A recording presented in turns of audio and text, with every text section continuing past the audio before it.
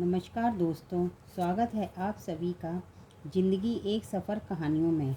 आज का शीर्षक है भाई बहन का प्यार, एक रक्षाबंधन ऐसा भी। इस कहानी में सुरेंद्र, इनकी पत्नी आभा और उनके 2 बच्चे थे। सुरेंद्र की 3 बहनें थीं, तीनों की शादी हो चुकी थी। बड़ी बहन मेरठ, मंझली बहन इटावा और छोटी बहन हापुड़ में रहती थी। भाई को कई दिनों से पहले से ही राखी के त्यौहार का इंतज़ार होता है। बहनें दूर रहती थीं, इसलिए तीनों बहनें पोस्ट कर देती थीं। इस बार तीनों बहनों की राखियां आ जाती हैं।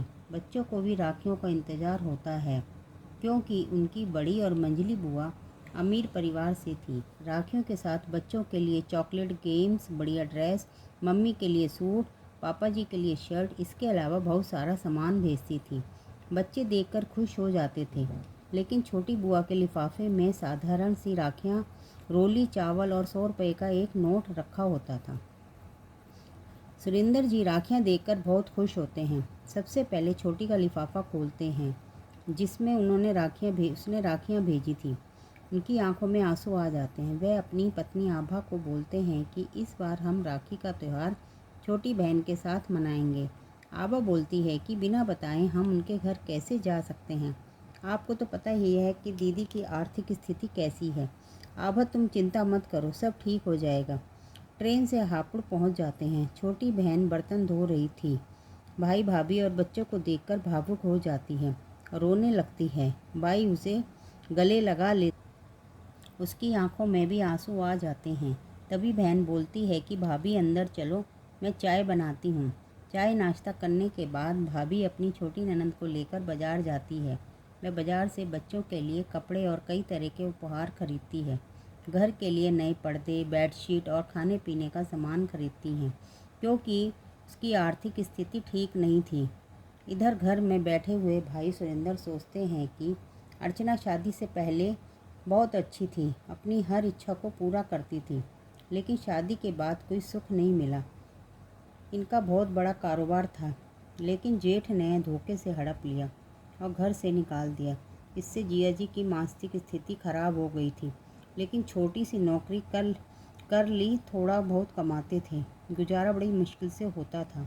बच्चों को भी सरकारी स्कूल में पढ़ाती थी। टाइम से पहले ही अर्चना बूढ़ी दिखने लगी। ननंद भाभी बाजार से आ जाती हैं, राखी बांधने की तैयारी करने लगती हैं। जैसे ही राखी बांधने लगती है, भाई बोलता है, थोड़ी देर रुक जा। तभी बाहर से दोनों बहनों की आवाज़ सुनाई देती है। बाहर जाकर देखती है कि दोनों बहनें भी अपने परिवार सहित आई हैं। यह देखकर अर्चना बहुत खुश हो जाती है। तीनों बहनें अपने भाई को राखी बांधती हैं। तभी भाई बोलता है कि रीना और मीना को मैंने ही बोला था कि हम सब राखी का त्यौहार साथ मनाएंगे। तो अर्चना ये सुनकर बहुत खुश हो जाती है। खाना खाकर सभी आराम करते हैं। उनके घर में खुशी का माहौल होता है।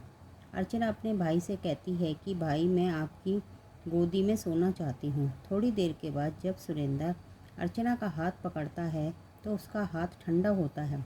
वे डॉक्टर को बुलाते हैं, लेकिन डॉक्टर कहता है कि अर्चना की तो मृत्यु हो चुकी है। यह देखकर सभी बहुत रोते हैं। यह रक्षाबंधन बहुत अनोखा था। इसमें एक बहन भाई की गोद में लेटे लेटे विदा ले चुकी थी। कृपया करके इस चैनल को सब्सक्राइब करें, लाइक करें और ज़्यादा से ज़्यादा शेयर करें। धन्यवाद।